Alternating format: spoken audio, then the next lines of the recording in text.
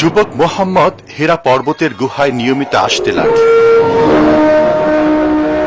একদিন হঠাৎ এক অদ্ভুত আলোক বর্তিকা তাকে ঘিরে ধরল। তিনি যখন মুখ তুলে তাকালেন তখন দেখলেন যে আল্লাহর দূত জিব্রাইল তার সামনে দণ্ডায়মান। মোহাম্মদ বাকরুদ্ধ হয়ে গেলেন। জিব্রাইল তাকে বললেন, পড়ো। তিনি বললেন, আমি পড়তে জানি না। জিব্রাইল 3 বার তার কথার পুনরাবৃত্তি করলেন। প্রতিবারই মোহাম্মদ একই উত্তর দিলেন। তখন জিব্রাইল বললেন, পড়ো তোমার প্রভুর নামে, যিনি তোমাকে সৃষ্টি করেছেন, যিনি মানুষকে সৃষ্টি করেছেন এক বিন্দু জমাট রক্ত থেকে। বলো, তোমার প্রভুই সর্বাধিক দয়াময়, যিনি মানুষকে শিক্ষা দিয়েছেন কলমের মাধ্যমে। তিনি মানুষকে শিক্ষা দিয়েছেন যা সে জানত না। তারপর জিব্রাইল শূন্যে মিলিয়ে গেল। মুহাম্মদ সাল্লাল্লাহু আলাইহি ওয়াসাল্লাম ভয়ে আতঙ্কে কাঁপতে লাগলেন। তিনি গুহা থেকে তাড়াতাড়ি বেরিয়ে বাড়ির দিকে ছুটলেন। বিস্ময় ভরা চোখ আর মন নিয়ে তিনি পাহাড় থেকে নেমে এলেন। জিব্রাইল আলাইহিস সালাম আবারও হাজির হলেন এবং বললেন, মুহাম্মদ, আপনি আল্লাহর রাসূল এবং আমি তার ফেরেশতা জিব্রাইল। তিনি পালিয়ে যাওয়ার চেষ্টা করলেন, কিন্তু কোনো পথ নেই। সব জায়গায় যেন জিব্রাইলের ডানায় ছেয়ে আছে। জিব্রাইল চলে গেলে তিনি আবারও বাড়ির দিকে ছুটলেন।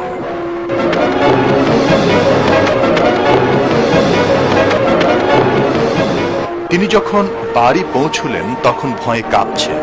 তিনি তার স্ত্রী খাদিজাকে বললেন তাকে চাদর দিয়ে আবৃত করতে। তিনি হেরা পর্বতে যা দেখলেন সব খাদিজাকে খুলে বললেন। তিনি তাকে আরো বললেন যে তিনি অসুস্থ বোধ করছেন অথবা কোনো অদৃশ্য শক্তি তার উপর ভর করেছে। খাদিজা তাকে আশ্বস্ত করে বললেন যে আল্লাহ তার মতো একজন ব্যক্তিকে কোনো অশুভ শক্তির চক্রে নিপতিত করবেন না, যিনি সব সময় সত্য কথা বলেছেন এবং গরিব দুঃখীদের খোঁজ খবর নিয়েছেন। শীঘ্রই খাদিজা রাদিয়াল্লাহু তাআলা আনহা তার এক চাচার কাছে গেলেন, যিনি ছিলেন একজন ধার্মিক লোক। তার নিকট তিনি সব খুলে বললেন, তোমার স্বামী আল্লাহর প্রেরিত পুরুষ। আরবের লোকেরা তাকে মিথ্যাবাদী সহ নানান অভিযোগে অভিযুক্ত করবে এবং তাকে দেশ থেকে বিতাড়িত করবে। চাচার হুঁশিয়ারি সত্ত্বেও খাদিজা রাদিয়াল্লাহু তাআলা আনহা তার স্বামীর সমস্ত কথা বিশ্বাস করলেন এবং তিনি সর্বপ্রথম ইসলাম গ্রহণ করলেন। তারপর অন্যান্যরাও। মুহাম্মদের গোপন বৈঠকাদি সম্পর্কে আমি শুনেছি। খবর চারিদিকে ছড়িয়ে পড়েছে। ব্যাকুল হবেন না আবু জাহেল, কিন্তু সে কিছু একটা প্রচার করছে।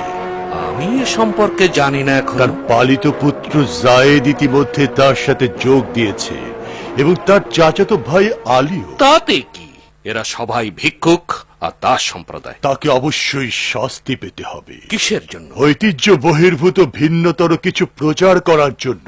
3 বছর যাবৎ মুহাম্মদ সাল্লাল্লাহু আলাইহি ওয়াসাল্লাম গোপনে প্রচার কার্য চালালেন।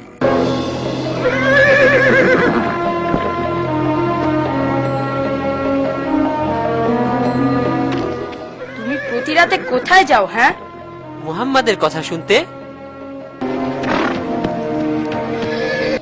এভাবেই লোকজন গোপনে রাতের আধারে মুহাম্মদ সাল্লাল্লাহু আলাইহি ওয়াসাল্লামের সান্নিধ্যে আসতে থাকেন।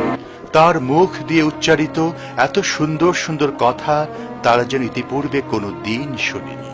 তিনি তাদেরকে বোঝালেন যে মক্কার ওই প্রতিমাগুলো নিশ্চিপ, শক্তিহীন। শক্তিমান প্রভু বলতে একজনই আছেন, তিনি ইব্রাহিম, মুসা, ঈসা, সবার প্রভু।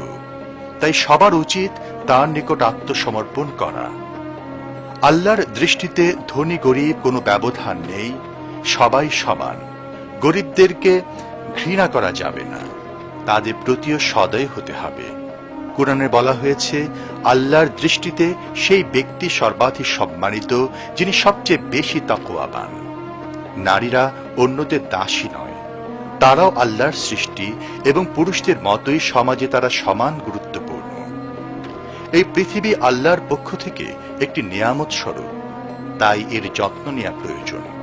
মনে রাখবে, তোমরা এখানে যে যা করবে তার ভিত্তিতেই একদিন তোমাদের বিচার হবে। সেদিন রাতেই অনেক ইসলাম কবুল করল। তুমি কি এটা বিশ্বাস করো না আমা? তিনি বলেছেন আল্লাহর নিকট সব মানুষই সমান। তুমি আমাকেও নিয়ে চলো সেখানে। আমি জানতাম যে মুহাম্মদের এই শিক্ষা একদিন আমাদের জন্য বিপজ্জনক হয়ে উঠবে। হ্যাঁ, সেটা আমিও জেনেছি। তাকে অবশ্যই রুখতে হবে। তুমি মোহাম্মদকে রুখতে পারবে না। কি বললে তুমি? বিলাল, চলে এসো। ওরা তোমাকে চাবুক মারবে। ওরা আমার গায়ে চাবুক মারবে, কিন্তু অন্তরের মধ্যে পারবে না। ঠিক আছে, তাহলে তোমার অন্তরটা রেখে দেহটা নিয়ে চলে এসো। মুহাম্মদ সম্পর্কে তুমি কি জানো বলো? আমি জানি মুহাম্মদ আল্লাহর নবী। শুনেছো? ওর কথা শুনেছো? তোমার মুখের কথার জন্য তোমাকে শাস্তি পেতে হবে। অতএব ঠিক করে বলো। মুহাম্মদ বলেছে তোমাদের তৈরি করা মুক্তিগুলো শক্তিহীন। শক্তিহীন? শক্তিহীন? একজন দাসখিদা বলে আমাদের পূজনীয় প্রতিমাগুলো শক্তিহীন। এবার আপনারাই বলুন, মুহাম্মদের ব্যাপারে কি করা যায়? তুমি এটা করতে পারো না বেলাল। আমি এটা করছি যেন আল্লাহর নবীকে আর গোপনে কাজ করতে না হয়। তার সঙ্গে দেখা সাক্ষাতের ব্যাপারে আমি আর কোনো গোপনীয়তা রাখতে চাই না। হচ্ছে এখানে গোপনে তোমরা দেখো দেখো, আবার আমাকে এমন কোন সংবাদ দিও না যে আমার গৃহপালিত ভৃত্যই মুসলিম হয়ে গিয়েছে। আপনি আমার দেহ সত্তার মালিক হতে পারেন, কিন্তু অন্তঃসত্ত্বা? দাঁড়াও দাঁড়াও দাঁড়াও, ভেবে নেই। তুমি কি বলতে চাও যে তোমার অন্তর মুক্ত? না, আমার অন্তরও একজনের দাস, তবে তোমার না, এক আল্লাহর। ওটাই তোমার ভুল। তোমার দেহ মন সবকিছুর মালিক আমি। এমনকি তোমার দিমাগ যা চিন্তা করে তারও, সবকিছু। বল বল, ঠিক কিনা বল, মুহাম্মদ যা বলেছে তা সব মিথ্যা। বল, তোর দেহ মন সব আমার। কেবলই বলে ফেলো বেলাল, বলে ফেলো। আমাদের একমাত্র প্রভু আল্লাহ। চল, চাবুক মেরে তোর ছাল তুলবো, তারপর দেখবো তোর প্রভু কে। চল।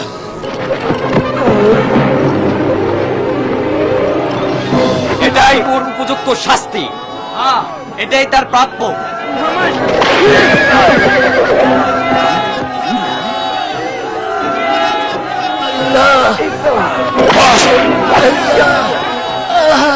বল, তোর অন্তরাত্মার মালিকও আমি।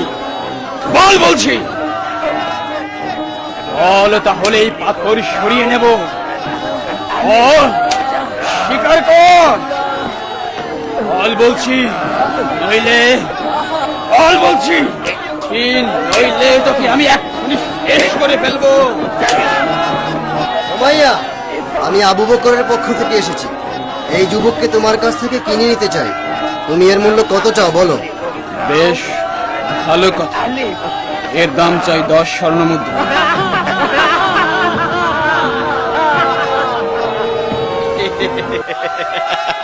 নাও নাও তোমার স্বর্ণমুদ্রা।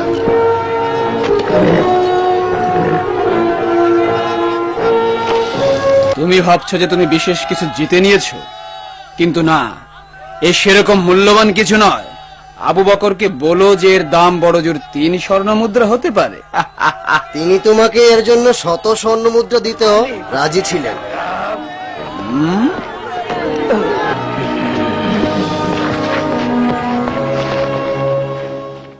এত অত্যাচার নির্যাতনের পরও মুহাম্মদ তার কার্যক্রম অব্যাহত রেখেছে। আমি বুঝতে পারি না যে সমস্ত লোক বাইরে থেকে আমাদের কাছে আসে তাদেরকে সে কিভাবে ধর্মান্তরিত করে। উত্তরটি সহজ, এটা হচ্ছে তার কোরআন। তার সেই তথাকথিত আল্লাহর বাণী। এগুলো কতগুলো অলস মিষ্টি কথা ছাড়া কিছুই নয়। আপনার প্রতি পূর্ণ আস্থা রেখেই বলছি, আবু জাহেল, ওগুলো শুধুমাত্র কতক মিষ্টি কথাই নয়। ওই কথার নিগড় শক্তি অনেক বেশি, একেবারে জাদুকরি। জাদুকরি? হ্যাঁ, এটাই একমাত্র যৌক্তিক কারণ। ঠিক আছে, তবে আমরা তাকে অবশ্যই এই জাদুকরি কাব্য প্রচার থেকে নিবৃত করব। আবু তালেব, আমরা আপনার কাছে এসেছি একটি বড় আরজি নিয়ে। যদিও এর পূর্বে আমরা একই আরজি আপনার কাছে নিয়ে এসেছিলাম এবং বলেছিলাম যে আপনি আপনার ভ্রাতুষ্পুত্রকে নিবৃত করুন, কিন্তু আপনি কিছু সে মক্কার লোকদের শান্তি বিনষ্ট করছে। আবার সেই তো কয়েক বছর পূর্বে মক্কার শান্তি এনে দিয়েছিল। তখন তোমরাই তার জ্ঞান আর বুদ্ধির প্রশংসা করেছিলে। মনে করে দেখো, যখন কাবা পুনর্নির্মাণ করা হচ্ছিল, কালো পাথর স্থাপন নিয়ে একে অপরকে হত্যা করতে উদ্যত ছিলাম, তখনই তো আপনি তাকে জলদি থামান, নইলে অন্য কেউ। চুপ করুন বলছি। আপনি কি চান যে ক্রাইশদের মধ্যে আবার সংঘাত বাঁধুক, রক্তপাত ঘটুক? আপনি আমার অবস্থানটা বোঝার চেষ্টা করুন আবু তালিব। আমাদের মধ্যে শান্তি বজায় রাখা ক্রমশই জটিল হয়ে পড়ছে। আপনি আপনার ভ্রাতুষ্পুত্রের সঙ্গে কথা বলুন। ঠিক আছে, মক্কার শান্তির জন্য আমি তার সাথে কথা বলবো।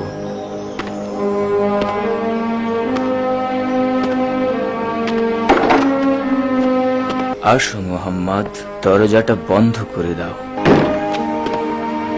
এখানে বসো। বাবা, কুরাইশরা দাবি করছে তুমি যেন তোমার প্রচার কার্য বন্ধ করে দাও। যদি তুমি তা না করো, তাহলে আমার ভয় হয় যে আমি হয়তো তোমাকে রক্ষা করতে পারবো না। আমি একজন বৃদ্ধ মানুষ, আমি তো তাদের সঙ্গে লড়াই পেরে উঠবো না। আমার প্রতিবেশী, আমার গোত্র, যাদেরকে আমরা সারা জীবন ধরে চিনে আসছি, তারা সবাই আজ একই কথা বলছে। তুমি যা প্রচার করছো তা কি এতই গুরুত্বপূর্ণ যে এর জন্য আমাকে তোমাকে প্রাণ দিতে হবে, মক্কা নগরীতে রক্তের বন্যা বয়ে দিতে হবে? দোহায় লাগে, মক্কার শান্তির জন্য তোমার এই কাজ বন্ধ করো বাবা, বন্ধ করো। মোহাম্মদ সাল্লাল্লাহু আলাইহি ওয়াসাল্লাম চাচার এহেন অনুরোধে মনে মনে অত্যন্ত ব্যথিত হলেও দৃঢ় কণ্ঠে বললেন যে তারা যদি তার ডান হাতে সূর্য আর বাঁ হাতে চন্দ্র এনে দেয়, তবুও তিনি যা করছেন তা থেকে নিবৃত্ত হবেন না। প্রয়োজনে তিনি এ পথে জীবন পর্যন্ত শেষ করে দেবেন।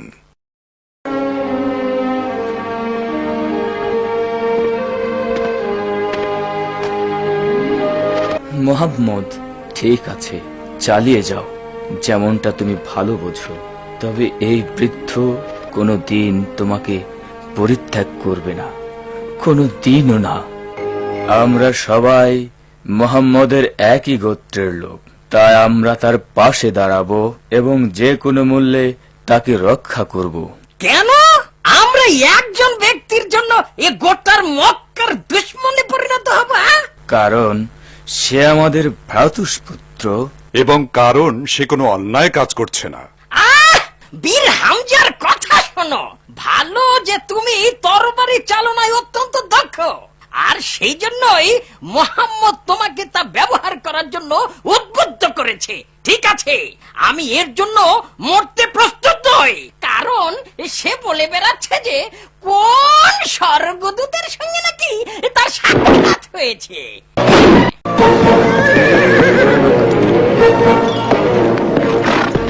হামজা, তুমি এসেছো? কেন, কি হয়েছে? আবু জাহেল তোমার ভাইয়ের ছেলেকে অপমান করেছে। পুরো নগরীর বাসিন্দাদের সামনে তাকে লজ্জিত হতে হয়েছে। তার অপরাধ কি করেছিল সে? কিছুই না, শুধু এই দিক দিয়ে হেঁটে গিয়েছিল। আজ সকালে মোহাম্মদ এখানে প্রার্থনা করতে চেয়েছিল, কিন্তু আমি তাকে তাড়িয়ে দিয়েছি। হ্যাঁ হামজা, তোমাদের কেউ কি আমার সঙ্গে লড়াই করতে চাও? বলো, চাও? চাইলে আসতে পারো। তোমাদের কত বড় স্পর্ধা যে আমার ভ্রাতুষ্পুত্র গায়ে হাত তুলো, যেখানে আমি স্বয়ং তার প্রচারিত ধর্মে ঈমান এনেছি। আমি জানতাম না যে আপনি মুহাম্মদকে অনুসরণ করেন। আগে করতাম না, এখন করি না। এটা হতে পারে না। এখন আমাদের কি করা উচিত? এদের সব কটাকে শাস্তি দাও।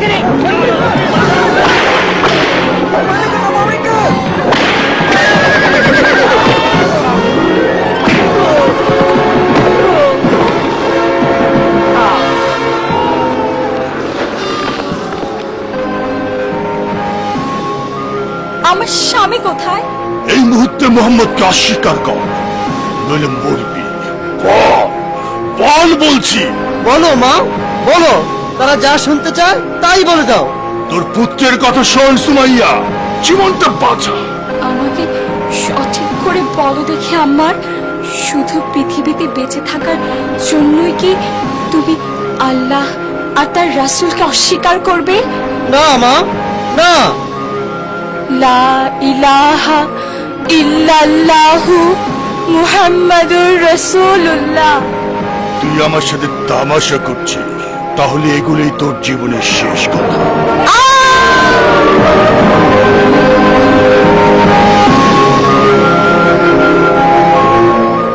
শুকরিয়া আল্লাহর যে তিনি এখনো আম্মারকে বাঁচিয়ে রেখেছেন। কেমন আছে সে? মন্দ নয়, স্বয়ং মোহাম্মদ সাল্লাল্লাহু আলাইহি সাল্লাম তার সেবা করছেন, কিন্তু তিনি আমাদের সকলকে আবিসিনিয়ায় চলে যেতে বলেছেন আমাদের জীবন রক্ষার জন্য। হ্যাঁ, আবিসিনিয়ায় একজন খ্রিস্টান সেখানকার শাসক, তবে খুব দয়ালু ব্যক্তি। তিনি আমাদেরকে তার রাজ্যে বসবাসের অনুমতি দেবেন। প্রথমে আমরা কয়েকজন সেখানে গিয়ে বাদশাকে বোঝানোর চেষ্টা করব। আজ রাতেই আমরা রওনা হতে চাই, তবে আমার কিছু বলবান লোকের প্রয়োজন হবে। ঠিক আছে মালিক, তুমি যাও। আল্লাহ চাহে তো আমরা ভালো থাকবো।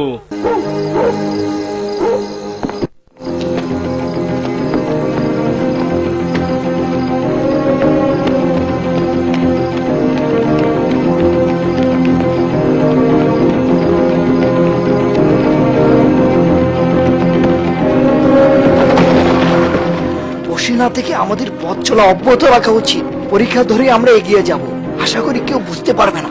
চলো।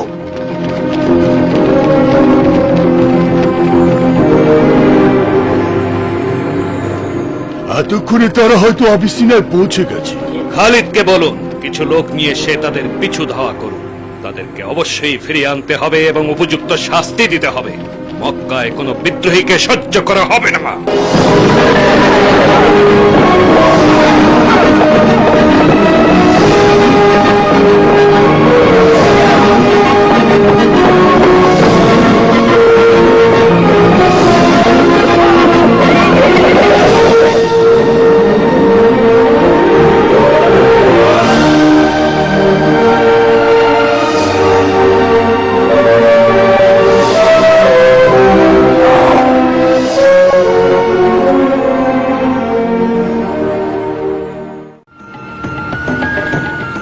আমর, তোমাকে আবারও এখানে দেখে আমি অত্যন্ত আনন্দিত।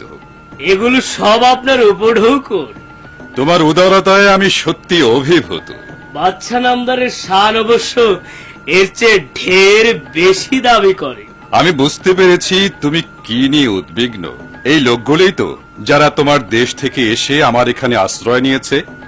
এরা বিদ্রোহী বাদশা নামদার।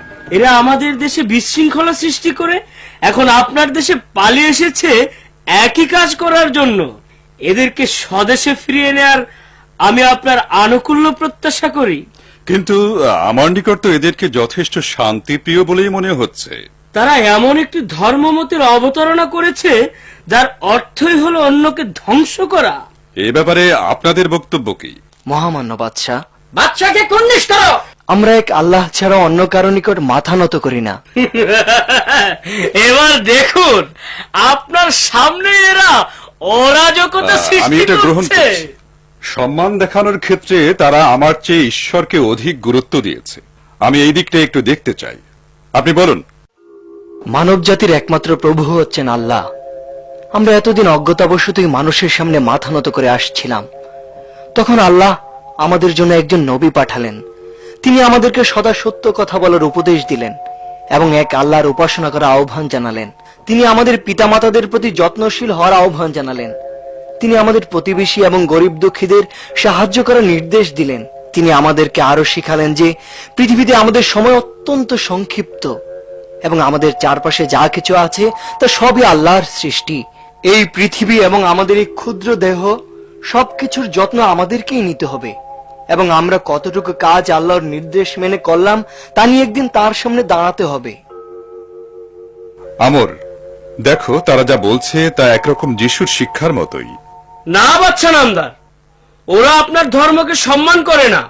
ওরা বলে যে যিশু ঈশ্বরের পুত্র নয়, সেও নাকি একজন সাধারণ মানুষ। যিশু সম্পর্কে আমাদের নবী যা বলেছেন আমরাও আপনাকে তাই বলছি। তিনিও আল্লাহর একজন বান্দা এবং প্রেরিত পুরুষ। এই একই ধরনের বাণী এবং শিক্ষা তিনি পবিত্র রমণী মরিয়মকেও শিখিয়েছিলেন এবং তাঁরই কুদরতি ইশারায় মরিয়মের গর্ভে যিশুর জন্ম হয়। দেখা যাচ্ছে যে আমরা যা বিশ্বাস করি এবং আপনারা যা বিশ্বাস করেন তা এই দুটি পৃথক আলোকরশ্মির মতো, যাদের ধারা দুটি কিন্তু উৎসমূল এক। পর্বত সমান স্বর্ণের বিনিময়েও আমি আপনাদেরকে ওদের হাতে তুলে দেব না। আপনারা যতদিন ইচ্ছা আমার মেহমান হয়ে থাকতে পারেন। শুকরিয়া আল্লাহ। আপনি ইচ্ছা করলে থেকে যেতে পারেন, অথবা উপঢৌকন নিয়ে মক্কায় ফিরে যেতে পারেন।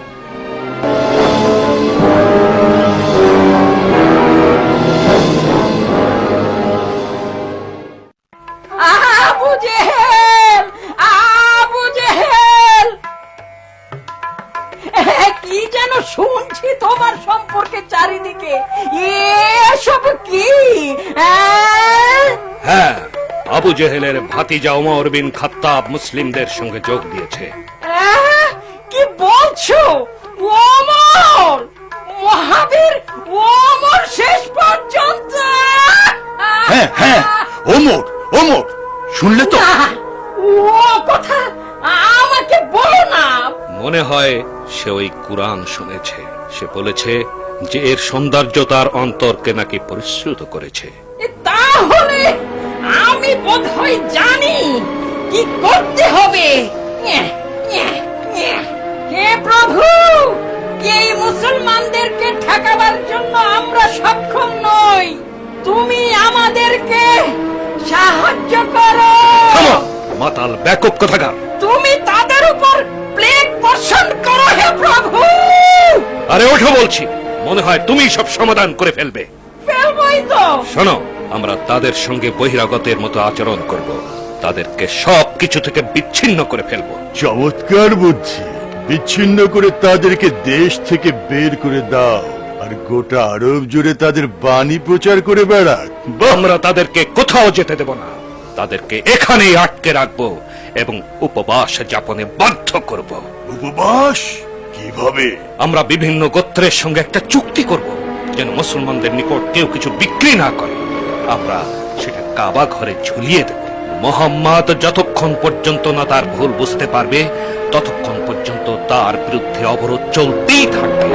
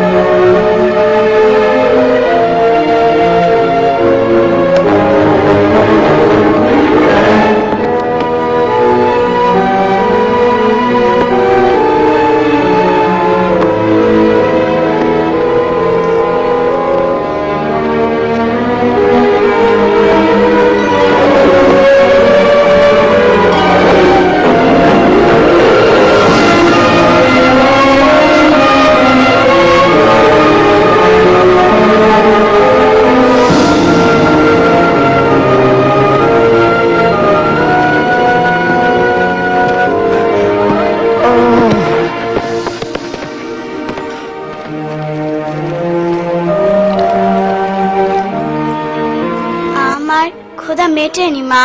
আমি জানি মা, আমি জানি।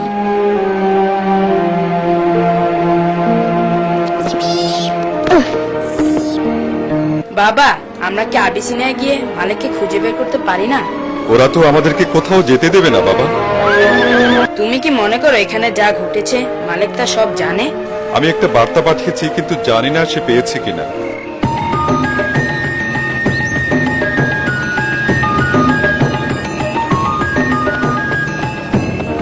না না, তুমি এভাবে একা একা যেও না। আমার পরিবার যেখানে না খেয়ে আছে সেখানে আমি কি করে বসে থাকি? এই নাও আম্মার, এখানেই সব। মুহাম্মাদের প্রিয়তমা স্ত্রী খাদিজার যা ছিল তার সবই তো বিক্রি করে দিয়েছেন আমাদের কাছে, কিন্তু এতেও তো বেশি দিন চলবে না। কে ভেবেছিল যে এই অবরোধ 3 বছর ধরে চলবে?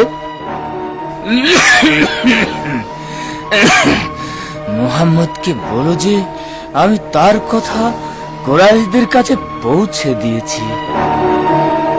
কিন্তু জনাব, আপনার শরীর ভালো নয়। না, আমি যথেষ্ট ভালো আছি।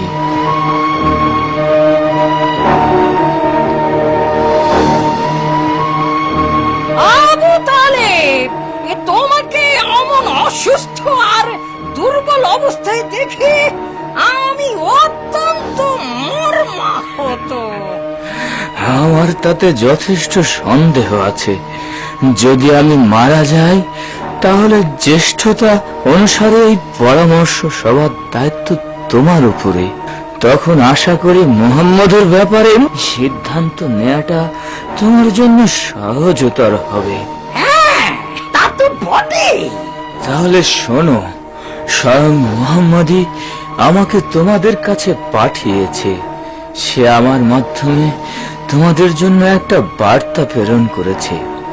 যদি সে বার্তা মিথ্যা কিছু হয় তাহলে সে বলেছে তার সঙ্গে তোমাদের যেরূপ ইচ্ছে আচরণ করো, আর যদি সত্যি হয় তাহলে তোমরা মুসলমানদের উপর থেকে অবরোধ উঠিয়ে নেবে। কি সেই বার্তা? তোমরা বিভিন্ন গোত্র মিলে যে অবরোধ চুক্তিটি স্বাক্ষর করেছিলে এবং কাবার দেয়ালে ঝুলিয়ে দিয়েছিলে, সেটাকে পোকামাকড়ে খেয়ে ফেলেছে, শুধুমাত্র আল্লাহর নামে এই কথাটি ছাড়া।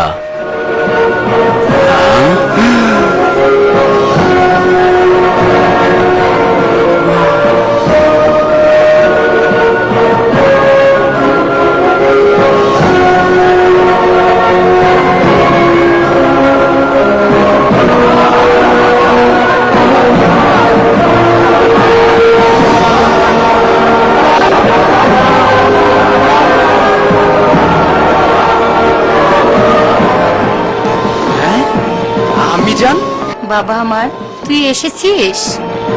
ঠিক সময় তুই এসেছিস বাবা। এখন আমাদের ঘরে ফিরে যাবার সময়।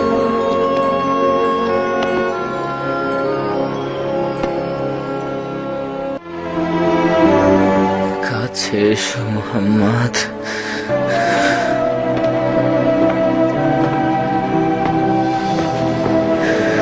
মৃত্যুর পূর্বে তারা আমার মাধ্যমে তোমার নিকট এই ওয়াদা চাচ্ছে যে তুমি যেন তাদের দিনকে তাদের হাতে ছেড়ে দাও। আমরাও তোমাদেরকে আক্রমণ করব না এবং তোমাদের বিরুদ্ধে অপপ্রচারও চালাবো না, যদি তুমি আমাদের প্রস্তাবে রাজি হও। সঙ্গে সঙ্গে মোহাম্মদ সাল্লাল্লাহু আলাইহি ওয়াসাল্লাম তাদের প্রস্তাবের সম্মতিসূচক জবাব দিলেন। তুমি শুনতে পেয়েছো আবুল আহাব? তাদের আনন্দের মধ্য দিয়েই নবীজি বললেন, তবে আমি আপনাদের নিকট থেকে একটি বিষয় ওয়াদা চাই।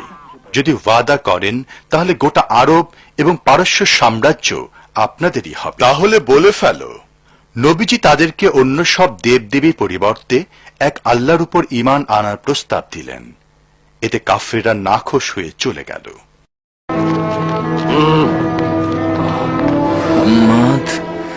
আমার খুব মনে পড়ছে সেই দিনটার কথা, যেদিন ওরা শিশু অবস্থায় তোমাকে আমার কাছে নিয়ে এলো। ওরা বলছিল তুমি একটি বিশেষ শিশু,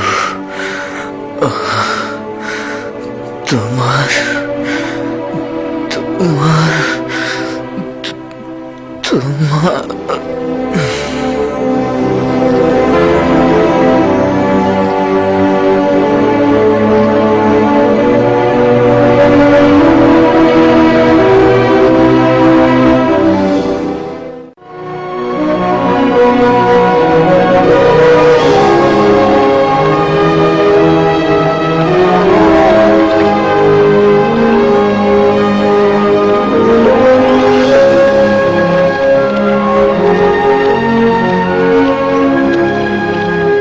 তাদেরকে এমন প্রকাশ্যে প্রার্থনা আর চলাফেরা করতে দেখে সইতে পারছি। শান্ত হও আবু জাহেল।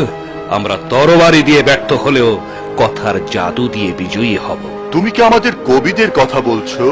আমাদের কবিরা তাদের সুধাময় বাক চাতুর্য দিয়ে লোকদেরকে মোহাম্মদ থেকে দূরে সরিয়ে নিচ্ছে। এমনকি আবু লাহাবও এ ব্যাপারে কম যাচ্ছে না। শোনো বন্ধুরা, এই শোনো শোনো, আমার কথা শোনো। ওই যে মুহাম্মদের নাম শোনোনি তুমি? তার অন্তরে বিদ্রোহের আগুন জ্বলজ্বল করছে। সে নিজেকে নবী বলে দাবি করে, কিন্তু এর মাধ্যমে মূলত সে আমাদেরকে পিছে ফেলে এই আরবের বাদশা হতে চায়। অতএব আমরা কেউ শান্তিতে থাকতে দেব না, বুঝেছ? যখন মুহাম্মদ আমাদের ধর্মকে দুর্বল বলে তাচ্ছিল্য করে, যখন সে বলে যে আমাদের দেব দেবীগুলো নিছক প্রস্তর মূর্তি ছাড়া আর কিছু নয়, তখন কি সে প্রকারান্তরে আমাকে আপনাকে আক্রমণ করছে না? তখন কি সে আমাদের পূর্বপুরুষকেই আক্রমণ করছে না? সে বলে যে তারা ছিলেন দুষ্ট প্রকৃতির লোক এবং ব্যাকুট। বলুন দেখি, আমরা কি এ ধরনের অপমান কেবল সহ্য করতেই থাকবো? কিছুতেই হতে পারি না, আমরা সহ্য। সে সময় খুব বেশি দূরে নয় যে তারা আরো বেশি ক্ষিপ্র হয়ে উঠবে। এখন আর আবু তালিব বেঁচে নেই যে আমাদেরকে তাদের হাত থেকে রক্ষা করবে। আমরা এখন কি করব? আমি যদি ভুল না করে থাকি তাহলে আপনি বেলাল? না, ভুল করেননি। কিন্তু আপনি? আমি বারা। আমি ইয়াসরিব থেকে এসেছি মোহাম্মদের সাথে সাক্ষাতের অভিলাষ নিয়ে। সঙ্গে আরো বেশ কয়েকজন আছে। ও, ইয়াসরিব থেকে? আমরা এখন সর্বান্তকরণে ইসলামের অনুসারী। ওই যে শুনেছি ইয়াসরিবের 12 জন লোক মুসলমান হয়েছে, আপনি কি তাদের একজন? শুধু 12 জন নয়, শত শত। আমরা চাই মোহাম্মদ সাল্লাল্লাহু আলাইহি সাল্লাম ইয়াসরিবে চলে আসুন। আস্তে কথা বলতে হবে। শুনুন শুনুন, আজ রাতে আকাবা পর্বতের কাছে মুহাম্মাদের সাথে আপনার সাক্ষাৎ হবে।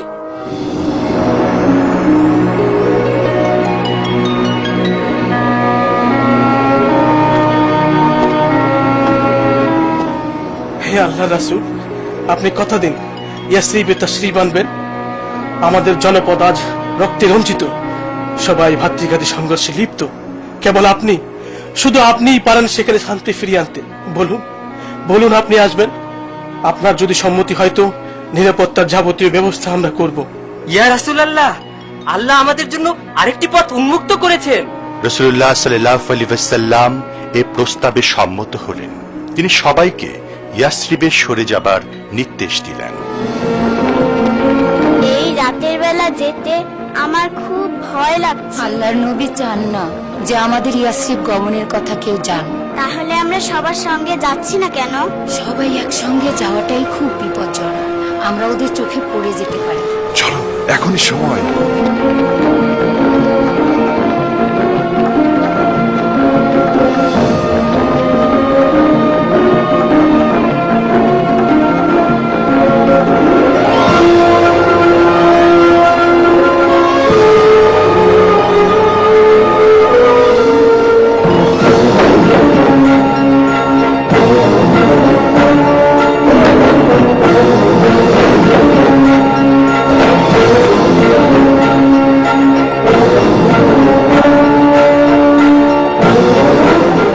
সব মুসলমান মক্কা থেকে পালিয়েছে, কিন্তু যারা এখনো যেতে পারেনি তাদের রক্ষার জন্য মুহাম্মদ রয়ে গেছে। আমার মনে হয় আমরা এখন মুহাম্মদের ব্যাপারে সিদ্ধান্ত নেওয়ার সন্ধিক্ষণে উপনীত হয়েছি। তাকে কারাগারে নিক্ষেপ করো। না, তাকে দেশ থেকে বিতাড়িত করো।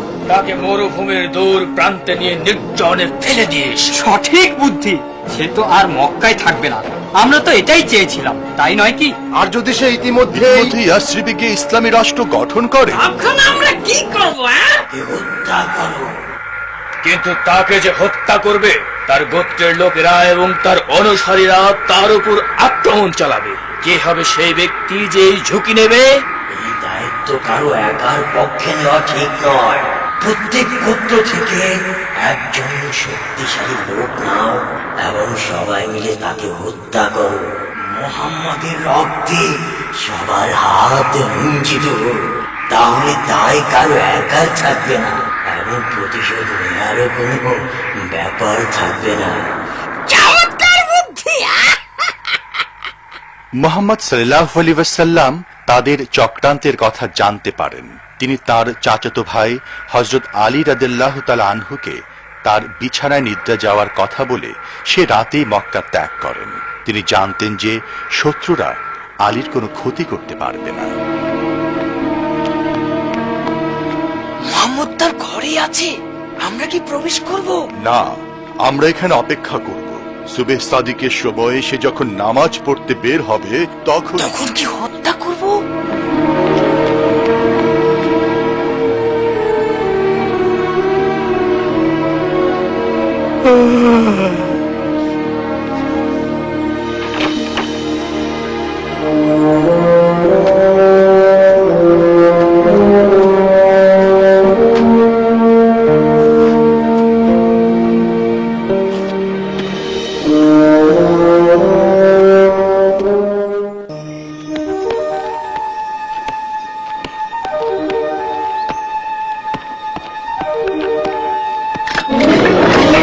তোমরা কি সবাই মোহাম্মদের খোঁজ করছো? আমি তাকে ঘন্টাখানিক আগে শহর থেকে বেরিয়ে যেতে দেখেছি। অসম্ভব, এ হতে পারে না।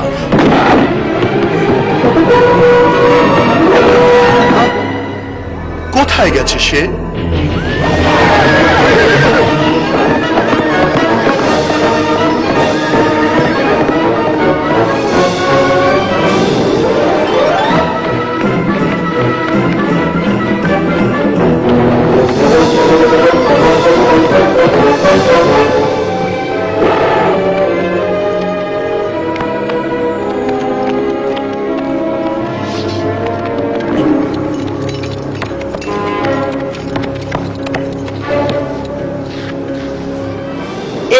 এই দিকে গেছে। এই বাহারে? তুমি নিশ্চিত? আমি নিশ্চিত যে আর কয়েক ঘন্টার মধ্যেই আমি আপনার ঘোষিত 100 ওটের মালিক হব, কারণ আমি নিশ্চিত যে সে এখানেই লুকিয়ে আছে।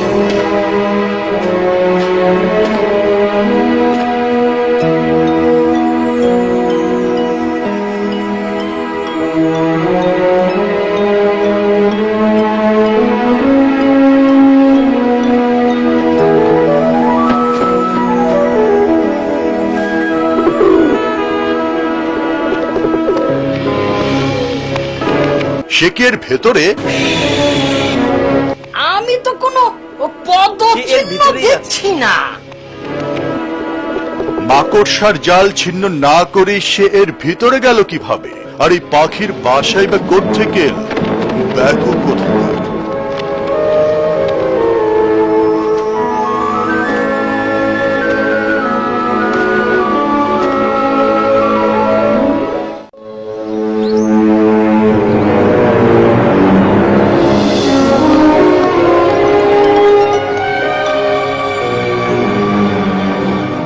মরুভূমিতে তো এত দীর্ঘ সময় কেউ টিকে থাকতে পারে না। হয়তো সংবাদটা ভুল, অথবা হয়তো তিনি কাফেরের হাতে বন্দী হয়েছেন। তিনি বন্দী হননি, তিনি অবশ্যই আমাদের মাঝে ফিরে আসবেন। ওই তো মোহাম্মদ আসছে।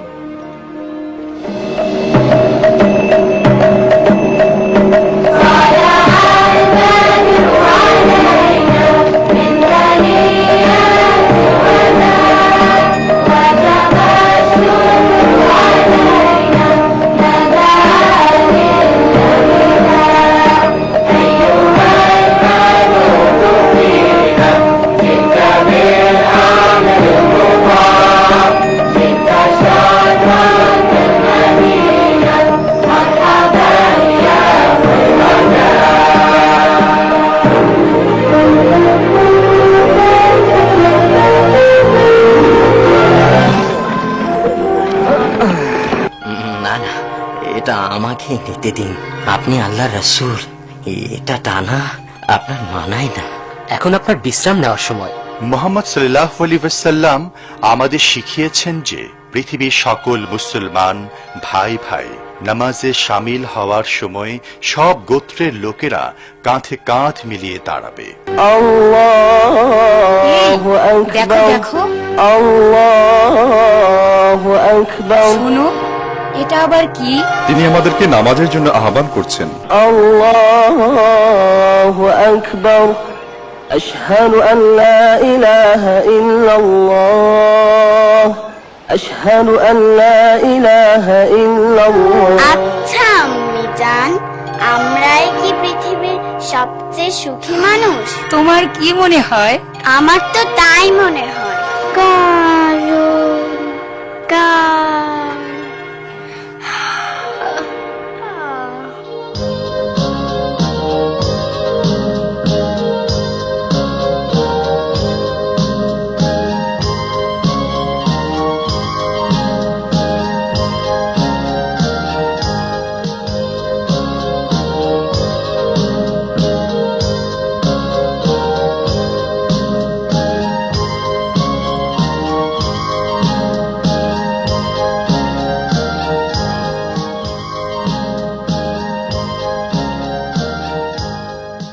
ওদিকে মুহাম্মদ সাল্লাল্লাহু আলাইহি ওয়াসাল্লামের নেতৃত্বে মুসলমানগণ মদিনায় ইসলামী রাষ্ট্রের গোড়াপত্তনের পর কুরাইশদের ক্রোধ আরো বেড়ে গেল।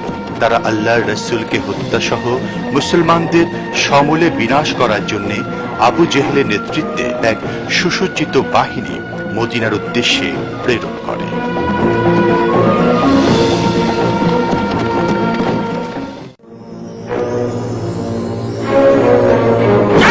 আগামীকাল আমাদের বাহিনী মদিনার উদ্দেশ্যে রওনা হচ্ছে এবং সেই বাহিনীতে আমার স্থলে লড়াই করতে হবে তোকে। না, আমি এটা করব না। আমার হয়ে যুদ্ধ কর, তাহলে সেটাকে আমি তোর ঋণ পরিশোধ হিসাবে গণ্য করব। আর যদি তা প্রত্যাখ্যান করিস তাহলে আমি তোকে এখনই হত্যা করব। কিন্তু আমি এটা কিসের তা?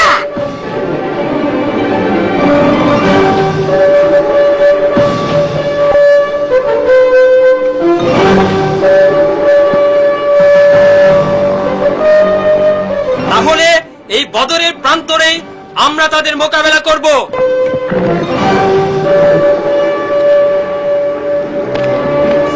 আমার বর্ষা প্রস্তুত করো। তুমি আমার আশেপাশেই থাকো এবং বেলালকে চিহ্নিত করতে সাহায্য করো। ঐতিহ্য অনুযায়ী হামজা রাদিয়াল্লাহু তাআলা আনহু প্রথম তরবারি ধারণ করেন, সঙ্গে উবাইদা এবং আলীকে আহ্বান করলেন। উবাইদা, আলী,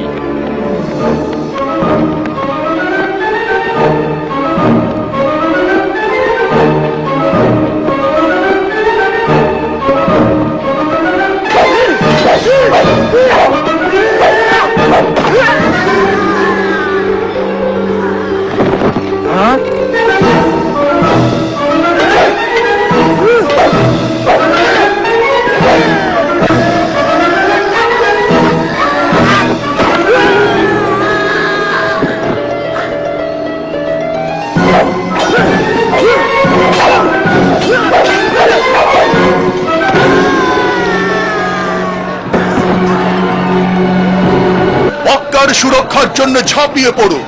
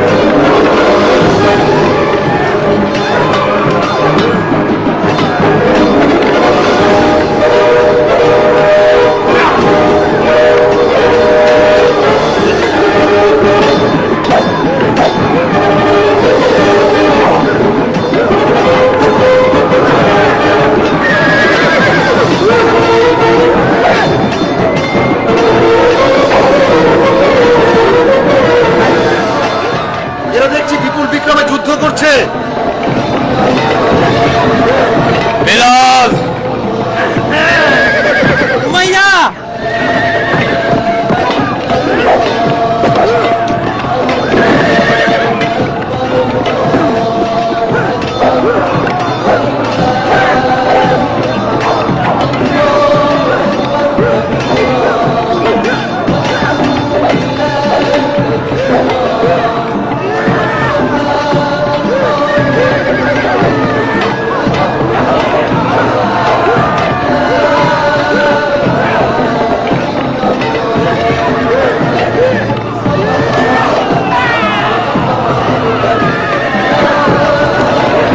সবাই পিছু হটে যাও।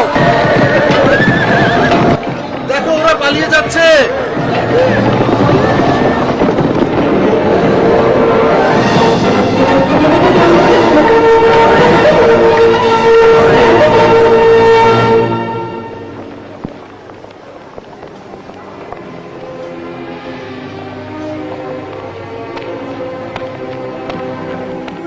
আবুল আহাব, তুমি ফিরে এসেছো? হ্যাঁ এসেছি।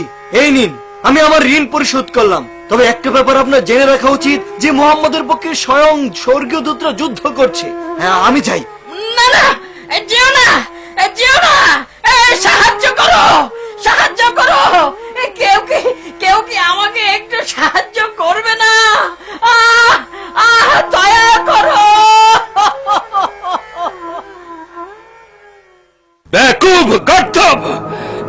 তোকেই পশ্চাৎ অপসারণের পরামর্শ দিয়েছিলাম। আমরা আবারও সুযোগ পাবো। কথা সেটা নয়, কথা হচ্ছে আমরা প্রথম মওকায় ব্যর্থ হয়েছি। এখন তারা ভাবছে তাদের আল্লাহ তাদের পক্ষে যুদ্ধ করেছে। শুনে রাখো আমার কথা, এখন তাকে কাবু করা আমাদের পক্ষে প্রায় অসম্ভব হয়ে দাঁড়াবে। সেও তো একজন সাধারণ মানুষই। সাধারণ মানুষ তোমরা, সে নয়। তার মতো মানুষ পৃথিবীতে একবারই আসে। ভেবো না, আমাদের অর্জিত প্রত্যেকটি স্বর্ণ মুদ্রা আমরা তার বিরুদ্ধে ব্যবহার করব। আমরা আরো বেশি করে অশ্ব এবং অস্ত্র ক্রয় করব। মুহাম্মদকে দেখিয়ে দেব কাদের শক্তি বেশি। হে আল্লাহর রাসূল, মক্কার কুরাইশরা 3000 সৈন্যের বিশাল বাহিনী নিয়ে মদিনার দিকে রওনা হয়েছে। অপরদিকে আমরা মাত্র 700। সবার সঙ্গে আলোচনা শেষে মহানবী সাল্লাল্লাহু আলাইহি ওয়াসাল্লাম সিদ্ধান্ত নিলেন যে মুসলিমরা একটু এগিয়ে গিয়ে উহুদ পর্বতের নিকট কাফেরদের মোকাবেলা করবে।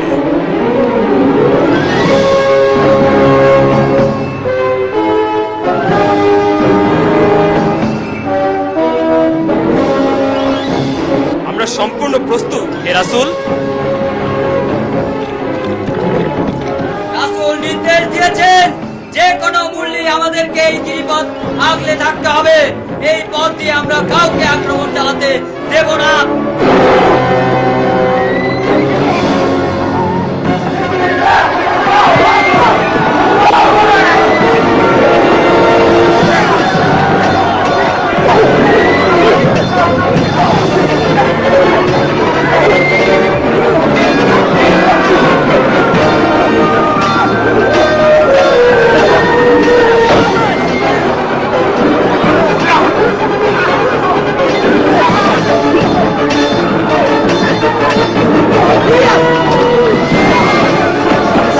হামজা কতল হয়েছে, হামজা কতল হয়েছে।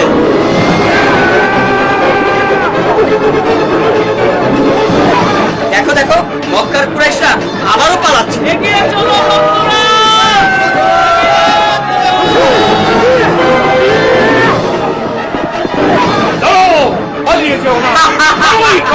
তারা ছত্রভঙ্গ হয়ে গেছে। আমাদেরও পিছু হটতে হবে। না, এখনই নয়। আরে তোমরা কোথায় যাচ্ছ? যুদ্ধে সহযোগিতা করার জন্য রাসূল বলেছেন আমাদেরকে এখানেই থাকতে হবে। কিন্তু দেখো সময় চলে যাচ্ছে। আমিও যাই। যেও না। থামো, থামো, থামো।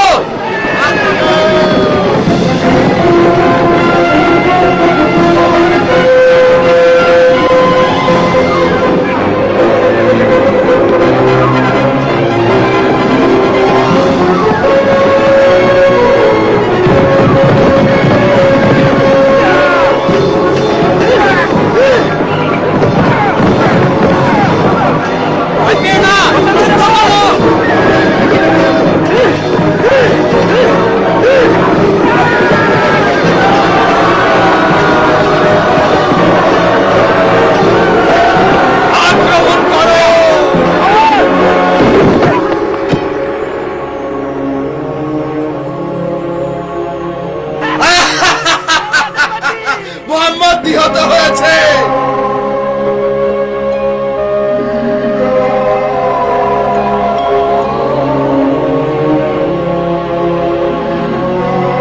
হে রাসূলুল্লাহ, আপনি এখনই আমাদের ছেড়ে যাবেন না। এই সবাই তাকে ঘিরে ধরো, আমাদেরকে এখনই পিছু হটতে হবে। সবকিছু কেমন গোলমাল হয়ে গেল। এ কথা কি সত্য যে মোহাম্মদ নিহত হয়েছে? আমি নিজে তাকে ধরাশায়ী হতে দেখেছি। শুনে রাখো তোমরা, আমরা আজ বদরের পরাজয়ের প্রতিশোধ নিলাম। আজ আমাদের দেবদেবীরাই বিজয়ী হয়েছে। আমাদের মধ্যে যারা নিহত হয়েছে তারা জান্নাতে গেছে। আর তোমাদের যা ইচ্ছা বিশ্বাস করতে পারো। আমরা মুহাম্মদকে হত্যা করতে পেরেছি, সেই যথেষ্ট।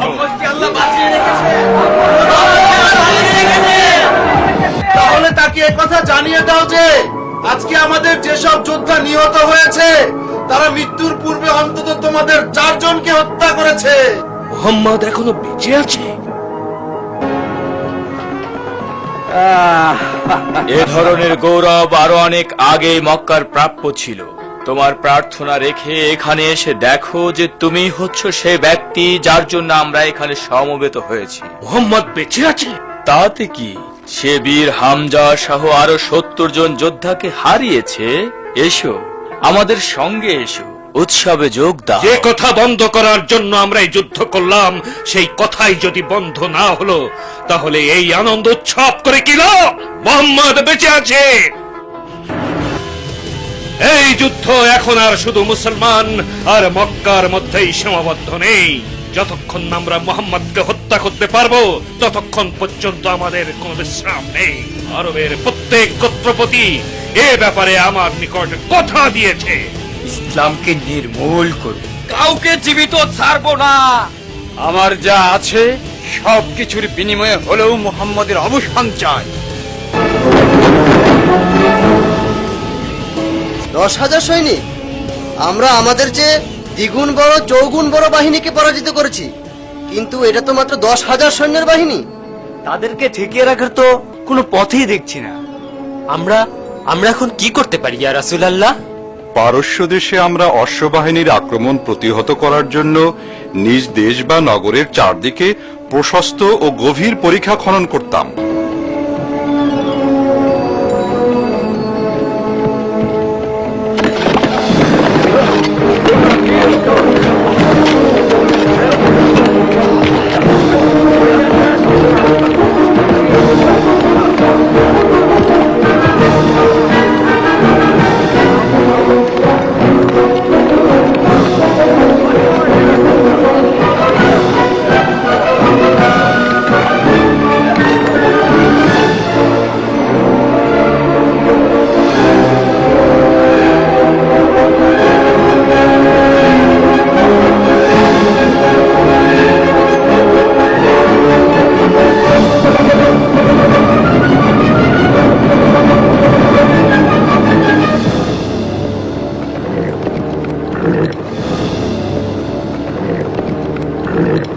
এটা আবার কি? এমন কৌশল তো গোটা আরবে ইতিপূর্বে কখনো দেখেছি বলে তো মনে হয় না। আমরা বরং এখানে অবস্থান করি। তুমি গিয়ে খুঁজে দেখো এই দীর্ঘ খন্দকের কোথাও কোনো সংকীর্ণ জায়গা পাও কিনা, এবং সেই দিক দিয়ে আক্রমণ করো।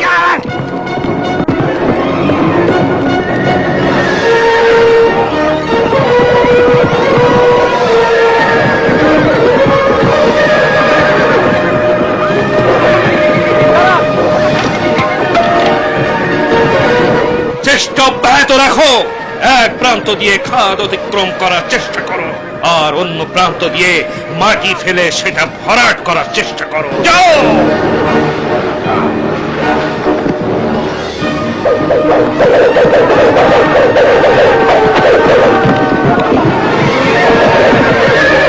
আমরা বিগত 30 দিন যাবত একই প্রয়াস চালিয়ে যাচ্ছি, সৈন্যরা ধৈর্য হারাচ্ছে। কথা বল, বোঝাও তাদেরকে, তোমার বাক শক্তি দিয়ে উজ্জীবিত করে তোলো, নতুবা চাবুকের আঘাতে জর্জরিত করো। তাতে কাজ হবে না।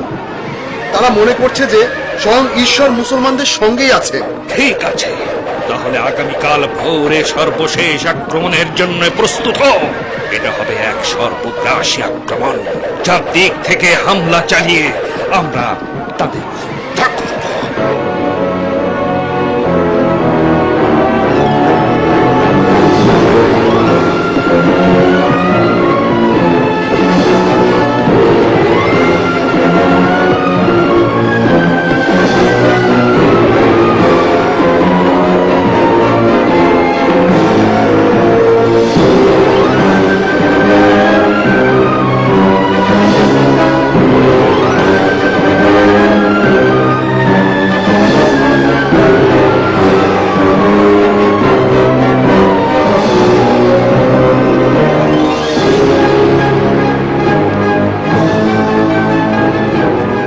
মক্কাবাসী,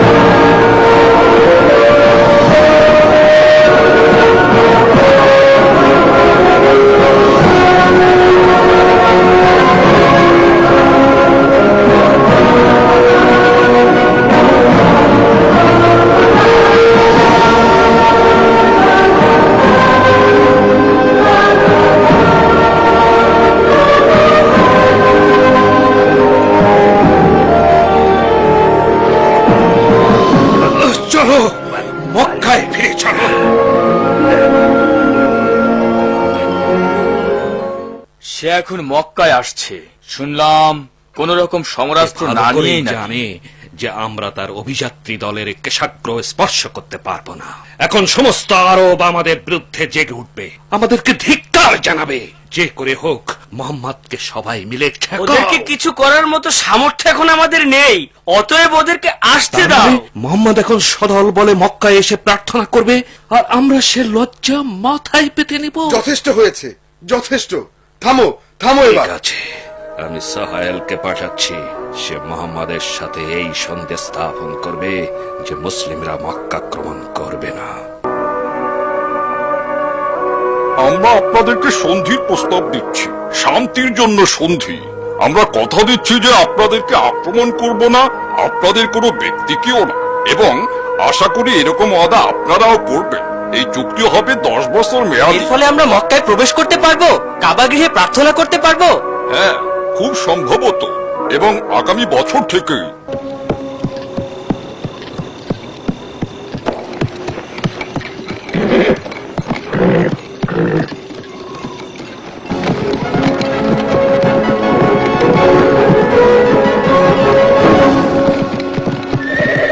আমর, বলো, কি উদ্দেশ্যে তুমি মদিনা অভিমুখে ঘোড়া ছুটিয়েছো? মুহাম্মাদের সাক্ষাৎ লাভের অভিপ্রায়। তার সাথে সাক্ষাতে তোমার কি কাজ বলো? বায়াত হওয়ার উদ্দেশ্যে। তাই বলো, আমি আবার ভাবলাম তাকে হত্যা করার উদ্দেশ্যে। আপনি কি তার নিরাপত্তার দায়িত্বে নিয়োজিত? না, ঠিক তা নয়। তিনি যে আল্লাহর নবী, তবে এই কথা অস্বীকার করতে পারি না আমিও একই উদ্দেশ্যে মদিনা যাচ্ছি। আমি সাক্ষ্য দিচ্ছি যে আল্লাহ ছাড়া আর কোনো প্রভু নাই, এবং আপনি মুহাম্মদ সাল্লাল্লাহু আলাইহি ওয়াসাল্লাম তার প্রেরিত পুরুষ। লা ইলাহা ইল্লাল্লাহু মুহাম্মাদুর রাসূলুল্লাহ।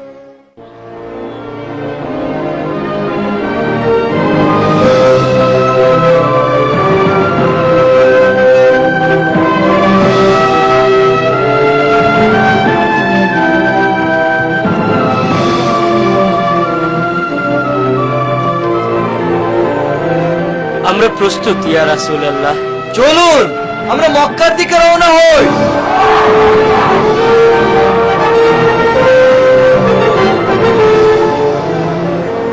আজ তারা 10,000 সৈন্যের বিশাল বাহিনী নিয়ে আসছে।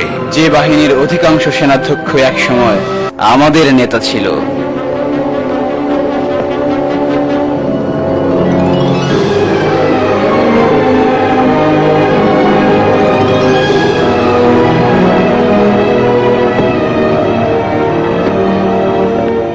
রোখো, আগে বলো তুমি কি চাও? আমি মোহাম্মদের সাথে কথা বলতে এসেছি।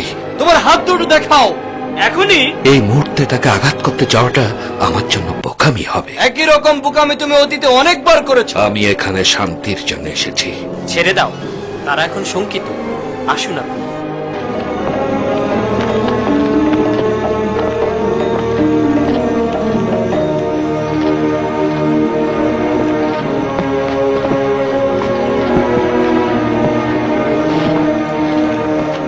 আপনি আমাদের ক্ষমা করে দিন।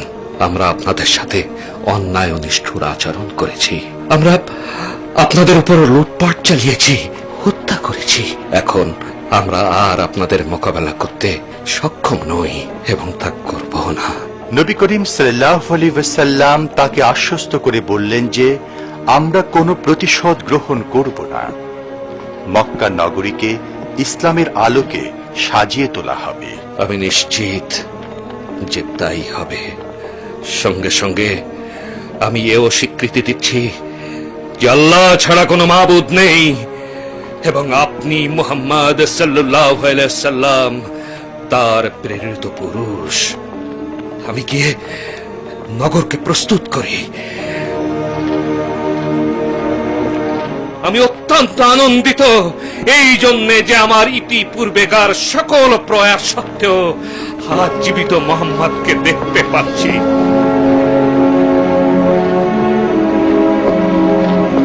জালিমের পোশাক ছেড়ে আজ ইসলামের পোশাক পরেছি।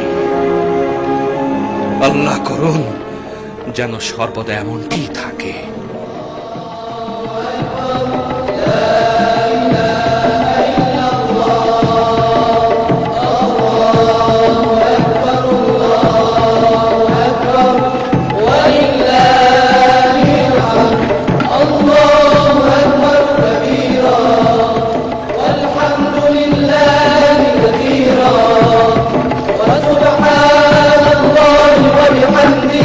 পুরা